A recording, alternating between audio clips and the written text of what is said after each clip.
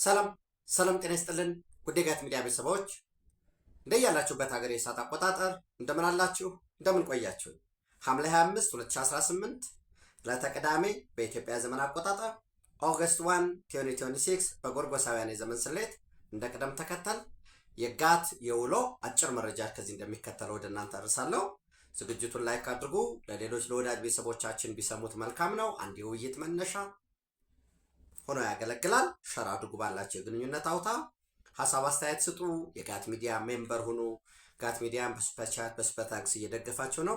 እጅግ የከበረ ምስጋና ይድረሳችሁ። ሁላችሁም የጋት ሚዲያ አምባሳደሮች ናችሁና ጋት ሚዲያን ወዳጅ ቤተሰቦቻችሁ ሰብስክራይብ እንዲያደርጉ አስቀድሜ እንዳልኩት አንድ የሐሳብ ማዕከል ሆነን ብናገለግል ኦኬ፣ እንደዚህም ይታሰባል፣ ይሄም አለ፣ ይሄም እውነት ነው፣ ይሄም ቢደመጥ የሚል የመወያያ የዲስኮርስ ማዕከል ሆነን እንድናገለግል ተስፋ እናደርጋለን ከእናንተ ድጋፍ ጋር።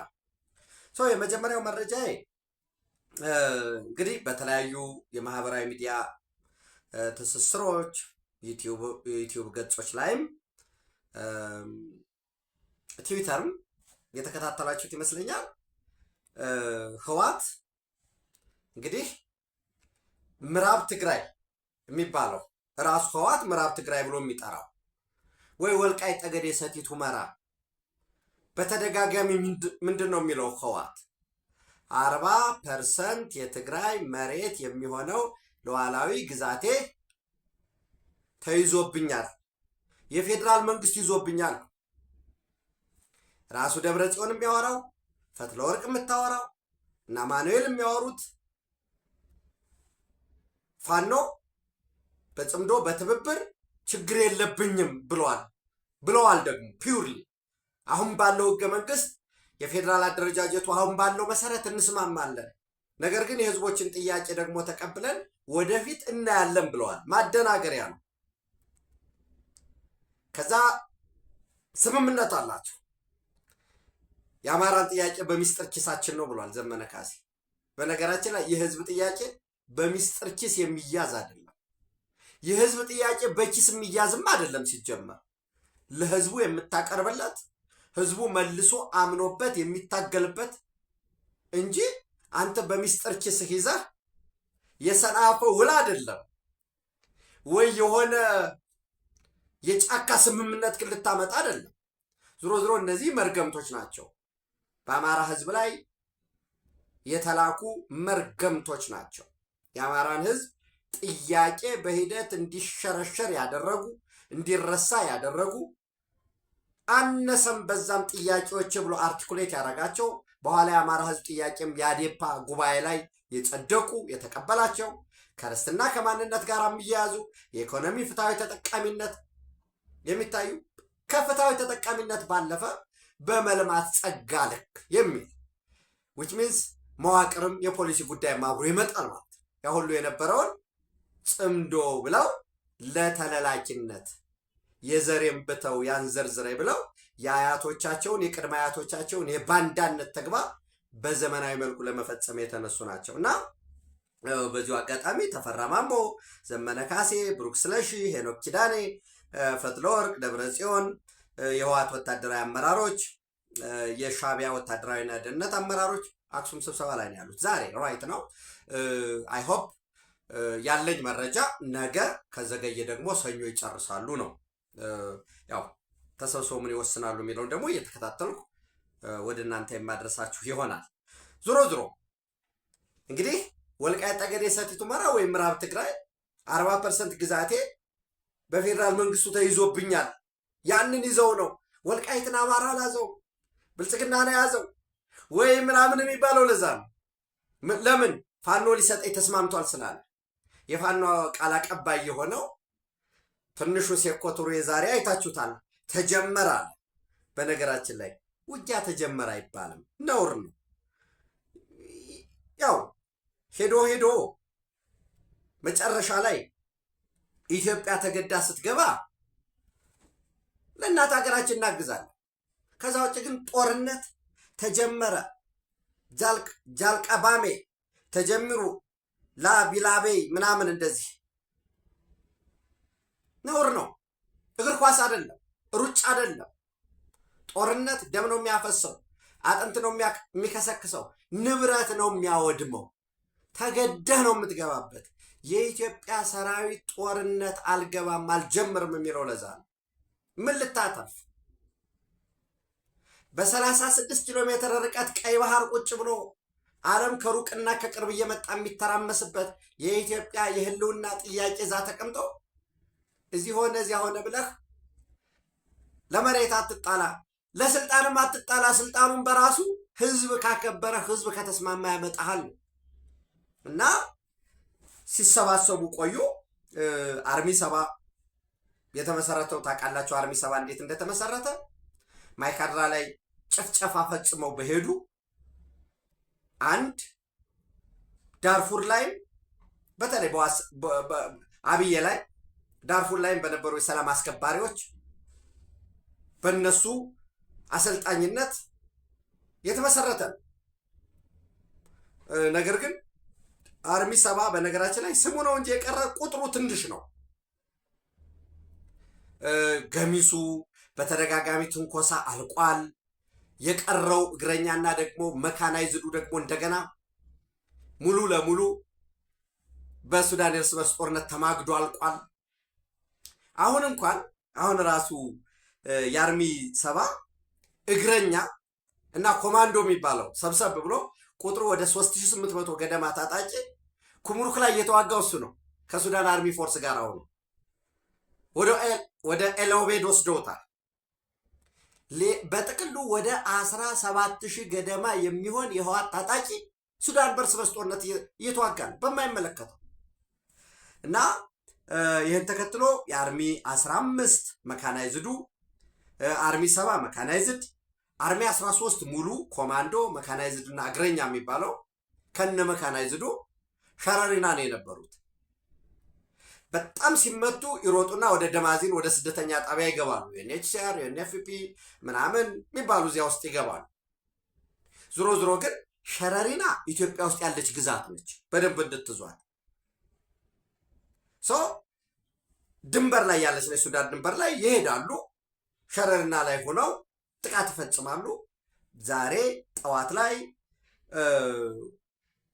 እንግዲህ እቅዳቸው የነበረው በዛሬው ዕለት ሁመራን መቆጣጠር ነው። ቅርብ ነው በነገራችን ላይ ከሸረሪና ወደ በረከት ትመጣላችሁ። በረከት የምትባል ቦታ አለች። ከበረከት ወደ ማይካድራ፣ ከማይካድራ ደግሞ ወደ ሁመራ እቅዳቸው። ምንም የሚከላከለን የለም። መካናይዝድም ስለያዙ እግረኛም ስለያዙ የተወሰነ ኮማንዶም ስላለ ቀጥታ ሁመራ ትገባላችሁ በሚል ይሄ እንግዲህ ሻቢያ ዛሬ አስተማማኝ መረጃ ሻቢያ ምግቤን እየገመገመ ነው። ለምን በዛ በኩል በምዕራብ ግንባር የሚሉት አዛዡ ምግቤ ነው። ለምን ጦርነት ከፈታቸው በሚል ዞሮ 11:45 ሙሉ ለሙሉ ወደ ውጊያ ገቡ። 12 ሰዓት ላይ የኢትዮጵያ መከላከያ ሰራዊት በወሰደው ያጸፋ እርምጃ ሙሉ ለሙሉ ራሳቸው ይነግሯችኋል።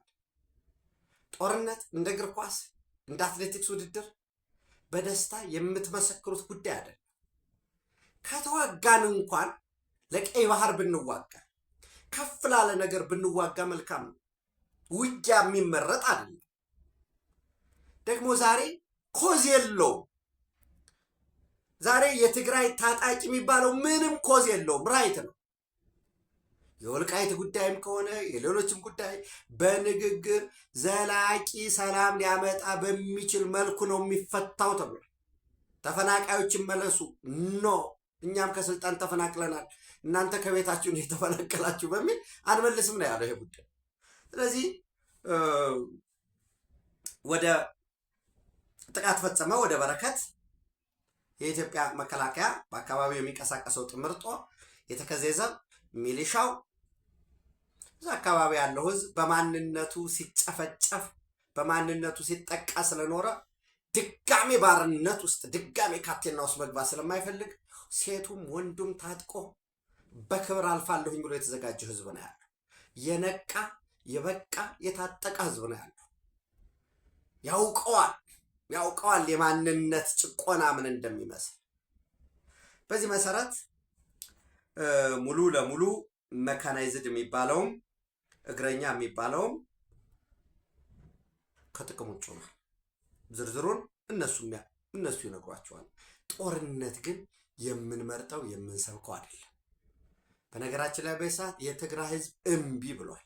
የትግራይ ልሂቃን እየታገሉት ነው ይሄንን ቡድን ወደ መቀሌ መግባት እና ይሄንን የህወሓትን ቡድን ማስወገድ። እኔ 5 ቀን ማክሲመም ብዬ ከወዳጆች ጋር እያወራው ነበር። 5 ቀን ቀርቶ 5 ሰዓት አይፈጅም። 5 ሰዓት አይፈጅም። የኢትዮጵያ ህዝብ ሌላ አንገብጋቢ ጉዳይ አለው። የኢትዮጵያ መንግስት አንገብጋቢ ጉዳይ አለው። አይኑም ትኩረቱም ልማትና ቀይ ባህር ላይ ነው። ከዚህ ትኩረት እንነቅለዋለን፣ በሙሉ ጉዳዩን በውስጥ ግጭት እናደርገዋለን የሚል የጠባቦች የደካሞች ስልት ነው። ይሄ የትም ውጤት አያመጣም እና የናል ቡርሃን ምክር የአልሲሲ አይዞህ ባይነት እንግዲህ አልሲሲ ታንኮች ተወሰነ ታንኮች 3 ታንኮች ከጥቅም ውጭ ሆነዋል። መድፎቻቸው እየተጨነው እየመጡ ወደ ውጊያው ወደ በረከት እንዲገቡ የመጡ ምንም ሳይወርዱ ነው ከጥቅም ውጭ ሆኑት እና ኤኒዌይስ ጦርነት ወደ ሙሉ ጦርነት ግቡ። ከዛ ራይት ቱ ፕሮቴክት የሚባለውን ትናንት እያወራኋችሁ ነበር። ሪስፖንሲቢሊቲ ቱ ፕሮቴክት ማታ ጦርነት ሊጀምሩ ተዘጋጅተዋል ብያችኋለሁ። እንግዲህ ወደኋላ ተመልሳችሁ መከታተል ነው። ነገ ቅዳሜ 25 ነው፣ እሑድ 26፣ ሰኞ 27፣ ማክሰኞ 28፣ ሮብ 29፣ ሐሙስ ቢያንስ ብያችኋለሁ ትናንት። የዛሬ ሳምንት ስናወራ ጦርነት ይጀምራሉ። በዛ ዝግጅት አድርገዋል። ያን ጦርነት ውስጥ እንደገቡ ሪስፖንሲቢሊቲ ቱ ፕሮቴክት የሚባለው የተባበሩት መንግስታትን ኢንዶርስ የተደረገውን አጣቅሰው ያልተገደበ የሰብአዊ ድጋፍ እንሰጣቸዋለን በሚል ከፖርት ሱዳን እና ከምጽዋም አሰብንም ትጠቀማላችሁ። በዝርዝር የተስማሙባቸው ጉዳዮች አሉ። ወርቅ በሙሉ ወደ ኤርትራ እንዲላክ፣ የህወሓት ታጣቂና የሻዕቢያ ታጣቂ አንድ ላይ ኢንዶርስ እንዲሆን፣ ናቅፋን እንደ መገበያያ ገንዘብ እንዲጠቀሙ የኢትዮጵያ ብርን ጨምሮ ሙሉ ለሙሉ ግን ተነጥለናል ተገንጥለናል የሚለውን ደግሞ ሻዕቢያ ደግሞ አይፈልገው። ዝሮ ዝሮ አይጠቅምም። የኢትዮጵያ መንግስት፣ የኢትዮጵያ መከላከያ ሰራዊት፣ የኢትዮጵያ ኃይል፣ የአርበኛው ዝግጅት ከህወሓት በህዝብ አንቅሮ ከተተፋው ህወሓት በህዝብ አንቅሮ ከተተፋው ጽንፈኛው ፋኖ ወይ ጽንፈኛው ሸኔ ወይንም በርስ በርስ ጦርነት፣ አሁን ሱዳን በርስ በርስ ጦርነት እየተማገደ ነው ያለው። አርኤስኤፍ ትንሽ ለሰላም ያው የሚቀርብበት ክስም ስለነበረ ኤልፌሸር ላይ በተለይ ያንን ዓለም አቀፍ ማህበረሰብ ቅቡልነት ለማግኘት በሚል ለሰላም ለተኩስ ማቆም ዝግጁ ነኝ የሚል በአንድ ማዕከል ላይ ነበር ይመራ የነበረው። በሌላ መልኩ ወደዛ ውስጥ ጥልቀት መግባት ባያስፈልገኝም ሐምዳን ዳጋሎ ነበር እዙን የሚሰጠው። አሁን በተናጠል በየግንባሮች ላይ ያሉ ተዋጊዎች ሰፊ ማጥቃት እየፈጸሙ ነው ያሉ። ወደኋላ እያፈገፈገ ነው። ታዝ የራሳቸው ጉዳይ ነው። ኤኒዌይስ ያ ጉዳይ በዛ ውስጥ ገብቶ ህወሓት እየተለበለበ ነው ያለው።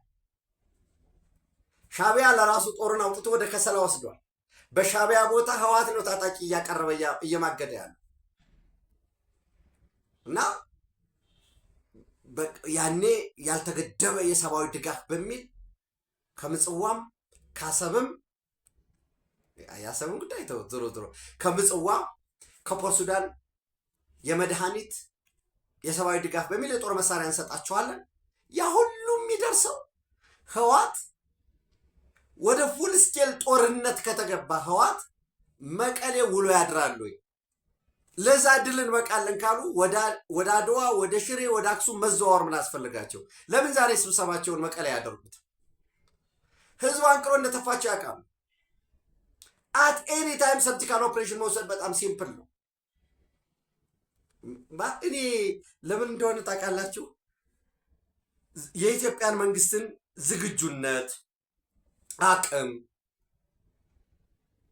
ይህንን አለማወቅ ፌስቡክ ላይ ዩቲዩብ ላይ እኔ ዝም የዚህ እንደማወራው እኮ አይደለም። ውጊያ ደም የሚጠይቅ ላብ የሚጠይቅ ድካም ያለው መውጣት መውረድን የሚጠይቅ ኮዝ ያለው ደግሞ ያስፈልጋል።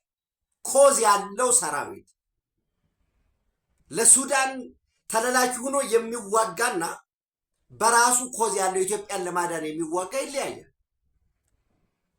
እና ብዙ የሚጠቅም አይደለም። እኔ ደጋግሜ እላቸዋለሁ ለትግራይ ህዝብ በወሳኝነት ለትግራይ ልሂቃን እጅግ እጅግ እጅግ እጅግ ከፍ ያለ ምስጋናን አድናቆቴን መስጠት ፈልጋለሁ። ከማንም በላይ እየታገሉት ነው ያለው ይህን ቡድን ከሸረሪና እየወጣ ወደ ደማዚን አቅጣጫ እየሸሸ ያለውም ቢሆን እጁን መስጠት እንደሚፈልግ መዋጋት እንደማይፈልግ እየተናገረ ነው ያለው። በምን አግባብ ሊስተናገድ ይችላል የሚለውን የምናየው ነው የሚሆነው። ኦፍኮርስ ህወሓት በወልቃይት ጠገዴ ሰቲት ሁመራ በተለይ በዚህ በሸረሪና በኩል ጦርነት የከፈተው ሻዕቢያን የመገዳደር ፍላጎት ስላለው ነው የሚሉ ምልከታዎችም አሉና በነገራችን ላይ ጦርነቱን ለምሳሌ ህወሓት በቆቦ በኩል ቢከፍት ነምሬን ተለላኪው ምሬን የምሬን ታጣቂ ከፊት አሰልፎ እየማገደ በቆቦ በኩል ቢከፍት ወይንም የአዴንን ታጣቂ ከፊት አሰልፎ በአበርገለ በኩል ቢከፍት ወይ በዋጃ በኩል ቢያደርገው በአፋር በኩል ቢያደርገው ጥቃት ተፈጸመብኝ ቢል ወይ ሊያሳምን ይችላል። ኤርትራን አሻግረህ በሐምዳይት በኩል በኤርትራ ድንበር ተሻግረህ ኃይል አቅርበህ ዓላማዊ ውጊያ ምዕራብ ትግራይ ላስመልስ ነው ብለዛ ለዓለም ውጊያ ተከፈተ ስትለው የት ጋ ነው ብሎ እኮ ማፕ ያደርጋል ዓለም ያያል። እዚህ ቦታ ሱዳን ድንበር ምን አለው የሚል እና ህወሓት በነገራችን ላይ ውጊያው ብቻ ቀርቶ ፕሮፓጋንዳውም ጠፍቶበታል። ፒውርሊ ደወር ቤስት ኢን ፕሮፓጋንዳ። አሁን እንደው በጣም ስታዩዋቸው አሁን እንደ ትንሹ ትንግርቱ ያው ትንሹ ሴኮ እኛንን የጀመረው ብሎ ተጀምሮ ምናምን እንጂ እና የድል ዜና መበተን ጀምረው ነበር እኮ መጀመሪያ ጠዋት ላይ። ከዛ ወዲያውኑ ህወሓት ተጠቃውኛል። ግን ተጠቃለበት ቦታ በሱዳን ድንበር ምን ሊሰራ መጣ? ምን ሊሰራ ሄደ?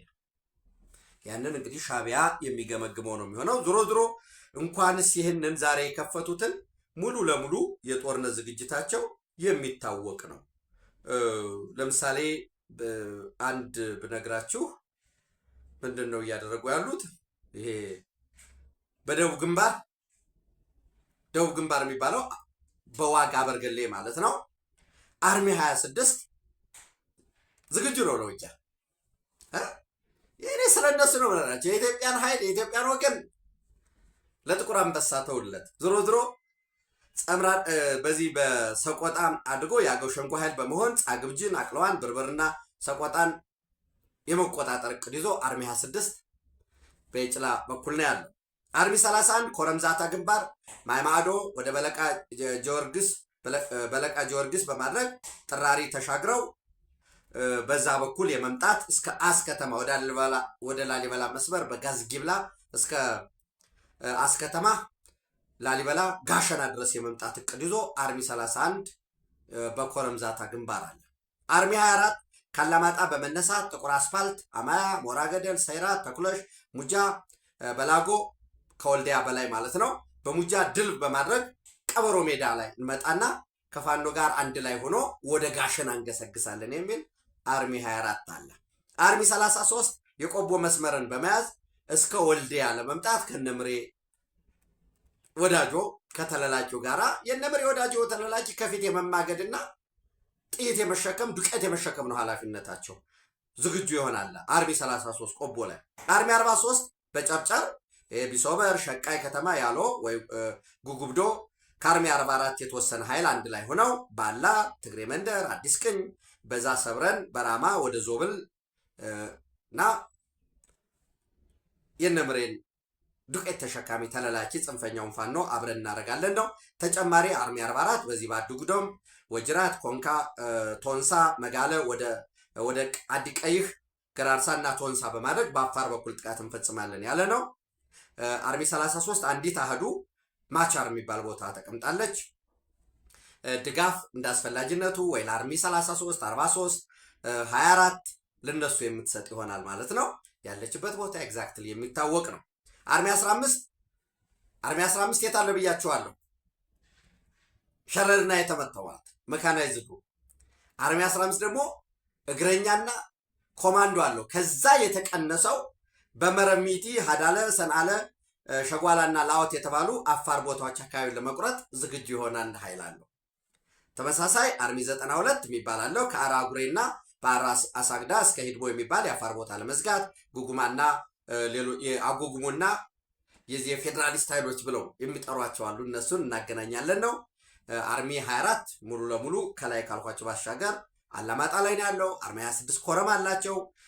14 መኪና የወያኔ ታጣቂዎች፣ 9 መኪና 14 መኪና 9 መኪና ለአርሚ 24፣ አርሚ 43 አከፋፍለዋቸዋል። 5 መኪና ለአርሚ 44 ተመድቧል። አርሚ 44 እና 33 በባላ ከረፎ ጎራ የተሰለፈ ኃይል ነው። በዚህ ውስጥ ደግሞ እነዚህ እየለቀቁ እነዚህ ወደ ውጊያ ሲገቡ ምንድነው እቅዱ? ተመሳሳይ የህወሓት ታጣቂዎችን ልብስ በመልበስ ከኋላ ድጋፍ እየሰጠ የትግራይ ክልል ከተሞችን ማን ይቆጣጠራል? እቅዱ የሻዕቢያ ታጣቂ። በነገራችን ላይ ዛሬ በሸርና በኩል ከመጣው ኃይል ውስጥ በከፍተኛ ቁጥር ያለው የሱዳን ወታደርም ነበረበት። ተስተናግዷል። እሱ በሚገባው ቋንቋ ተስተናግዷል። እና እንግዲህ ሻዕቢያ እቅዱ ምንድን ነው? ዴር ፕላን ውጊያውን ትግራይ ውስጥ እናደርገዋለን። የህወሓት እቅድ ውስጥ ምንድን ነው? ውጊያውን ወደ አማራ ክልል አሳልፈን እንሰጣለን። የጽንፈኛው ዋናው እቅድ ምንድን ነው? የእቅድ ባለቤት አይደለም፣ በታዘዘው መዋጋት። ለምሳሌ እነ ዘመነን አስቀድሜ ብያቸዋለሁ። ተፈራ ማሞ፣ እነ ብሩክ ስለሽ፣ እነ ሄኖክ አክሱም ነው ያሉት። መንቀሳቀስ አይችሉም። በሙሉ የእነሱን ጠባቂዎቻቸው ቀድሞ የፋኖ አጃቢዎች ነው የነበሯቸው። አሁን ምን አድርገውላቸዋል? የህወሓት ታጣቂ አድርጓቸዋል። አስፈላጊ ሲሆንም እንደሚያደርጉ ያደርጓቸዋል። እሱ ጥሩ ነው። የራሳቸው ፍላጎት ነው የሚሆነው። ድሮ አማርኛ ተናገረ፣ ትግረኛ ተናገረ፣ አፋርኛ ተናገረ፣ ባንዳ ባንዳ ነው፣ ጠላት ጠላት ነው። ኢትዮጵያን ሊያፈርስ በየትኛው መንገድ የመጣውን የኢትዮጵያ ኃይል የኢትዮጵያ ህዝብ አርበኛ ነው፣ ያስተናግደዋል። ውጊያ ፌስቡክ ላይ አይመራም። ውጊያ በሚዲያ ይመራል። በብልጽግና መቃብር ላይ ህልውናን አረጋግጣለሁኝ፣ ኢትዮጵያን በምፈልገው መልኩ አፈራርሳለሁኝ፣ እኛ ብቻ ተዋጊ፣ እኛ ብቻ ኃይለኛ ነን በሚል በእብሪት ወደ ጦርነት ስትገባ ሌላኛው ኃይል እጁን አጣጥፎ አበባ ይዞ አይጠብቅህም። ጦርነትን መስበክ አያስፈልግም እንለው ለዛ። ለምን? ጦርነት ሰው ነው የሚበላው፣ ንብረት ነው የሚያወድመው፣ ኢትዮጵያን ወደኋላ ነው የሚጎትተው። ደግሞ በተለላኪነት ግብፅን አዝለህ ሱዳንን አዝለህ እየተጎተትኩኝ እመጣለሁ፣ ህዝብ አጎሳቆላለሁ፣ ኢትዮጵያን አፈርሳለሁ ስትል አንድ ኢትዮጵያን አለማወቅ ነው። ብዙ ጊዜ የሁሉም ጽንፈኞች ስሁት የሚሆነው ስህተታቸው ግምገማቸው ስሁት ነው። በጩኸት በግርግር መንግስት ይለወጣል ብለው ያምናሉ። አይሆንም፣ እንደዛ አይደለም። የኢትዮጵያ መንግስት ያለውን አቅም ያው እያዩት ስለሆነ እሱም ማየት ያስፈልጋል። በነገራችን ላይ የአሜሪካ ኤምባሲ በኤርትራ የአሜሪካ ኤምባሲ ከዛሬ ጀምሮ ሩቲን ቪዛን ጨምሮ ለምሳሌ ለትምህርት ሊሆን ይችላል፣ ለጉብኝት ዋቴቨር ወደ አሜሪካ የሚደረግ ቪዛ አላስተናግድም ብሏል። ሰው የሚስተናገደው የት ነው? ኡጋንዳ በመሄድ ነው። ካምፓላ ያለው የአሜሪካ ኤምባሲ ነው የሚያስተናግደው። የነን ኢሚግራንት ቪዛ በሙሉ በዩኤስ ኤምባሲ ካምፓላ ይስተናገዳል።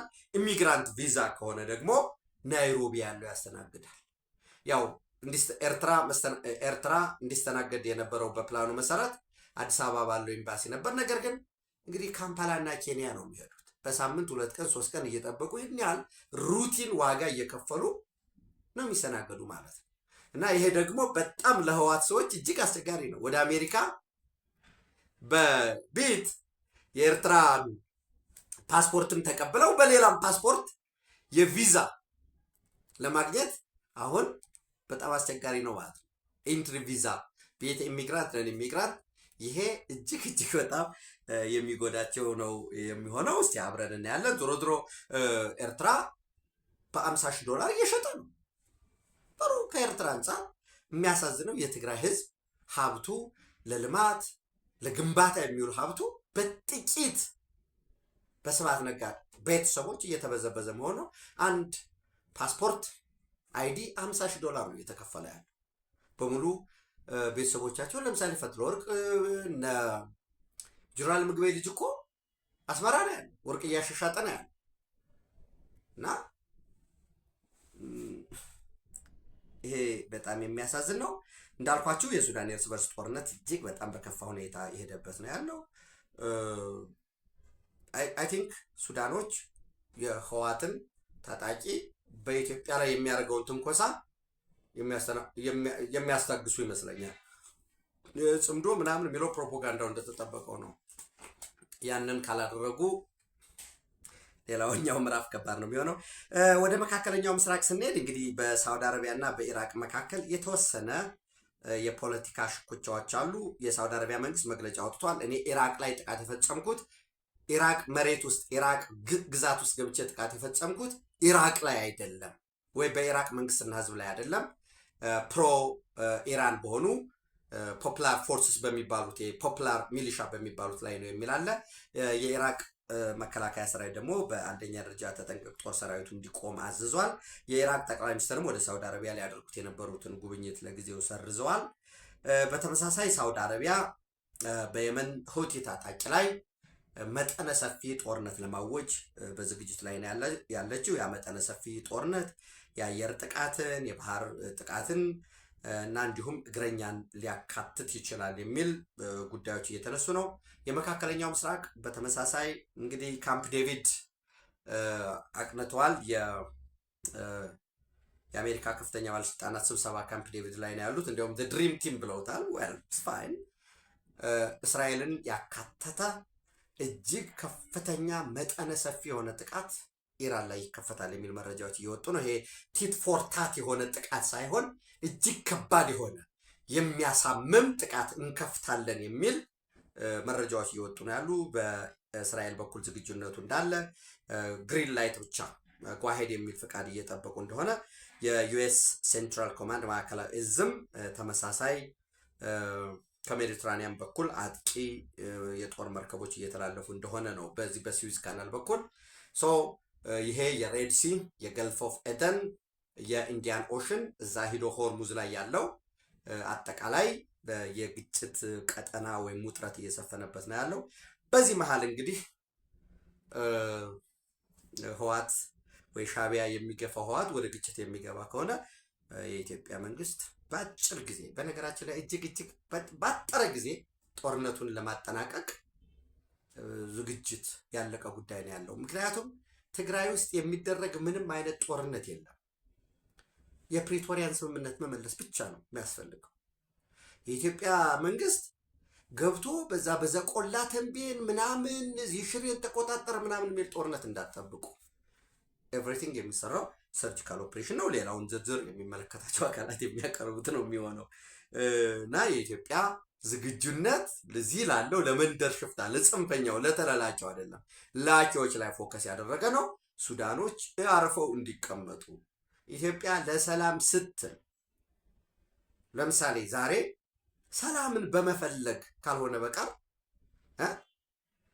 ደለሎ ወይንም አልፋሽጋ የሚባለው ቦታ ላይ ምንም አይነት የሱዳን ወታደር የለም።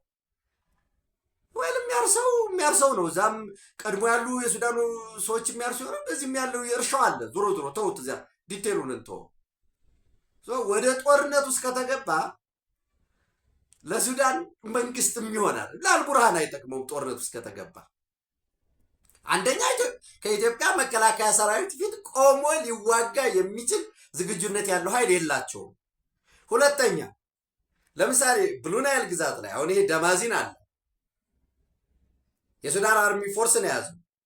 የኢትዮጵያ መንግስት ከሸረሪና ተሻግሮ የተወሰነ ወደ ሱዳን ገብቶ ማጥቃት ቢጀምር ያው ውጊያው የላንድ ክሩዘር ውጊያ ነው፣ ለጥ ያለ ሜዳ ስለሚሆንና እንዲያርፉ በውስጥ ጉዳይ እንዳይገቡ፣ ሌሎች ከኢትዮጵያ በኩል የሚያነሷቸው ጥያቄዎች ካሉ፣ ቅራኔዎች ካሉ ያሉባልታውን ምኑን ትቶ በመነጋገር በኢጋድ ውስጥ ጥላ ውስጥ ሊሆን ይችላል፣ በአፍሪካ ህብረት ውስጥም በእርስ በርስ ግንኙነትም ያው ልኡካን ልውውጦች አሉ። አሁን እዛ ዝርዝር ውስጥ በሚገለጽበት ሁኔታ ይሆናል እንጂ እና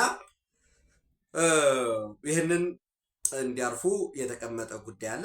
የሱዳንም የእርስ በርስ ጦርነትም የሳውዲ አረቢያ ከዚህ ውጭ መውጣት፣ የየመን ሁቲዎችስ ግብጾች ላይ ዝም ይላሉ ወይ? ሌላው የጅቡቲ ላይ ጥቃት ሊፈጽሙ አይችሉም ወይ? በተለይ በዚህ የማሪታይም ዲፌንስ ኮኦፕሬሽን በሚል ሳውዲ በምትመራው ኃይል ላይ የሚለውን እሱም ማየት በደንብ ያስፈልጋል። ስፔሻሊ ዛሬ ማታ እኔ አይደለሁም የምመራው ይህን ጦርነት። የእስራኤሉ መከላከያ እስራኤል ካዝ እነ ቤንያሚን ኔታንያሁ እነ ፔቴክሴት ዶናልድ ትራምፕ ናቸው የሚያውቁት። ነገር ግን የሚያሳዩት መረጃዎች ዛሬ ማታ ጀምሮ ነገ በቀጣይ ቀናት ውስጥ እጅግ ከባድ መጠነ ሰፊ የሆነ ጦርነት ኢራን ላይ ሊከፈት እንደሚችል ነው የሚያሳየው። ኢራኖችም ደግሞ ዝም ብለው የሚጠብቁ አይሆንም። ሌሎች ተጨማሪ መረጃ ማስረጃዎችን በጋት ዕለታዊ ወደ እናንተ አደርሳችኋለሁ። ኢትዮጵያ የአሸናፊዎች ሀገር ነች። እያሸነፈች ነው ያህል ሺህ ዘመን የቀጠለችው። ዛሬ በእኛ ዘመን አትሸነፍም። ህዝቦች ጥያቄ ሊኖራቸው ይችላል። ቡድኖች ጥያቄ ሊኖራቸው ይችላል። ግለሰቦች ጥያቄ ሊኖራቸው ይችላል።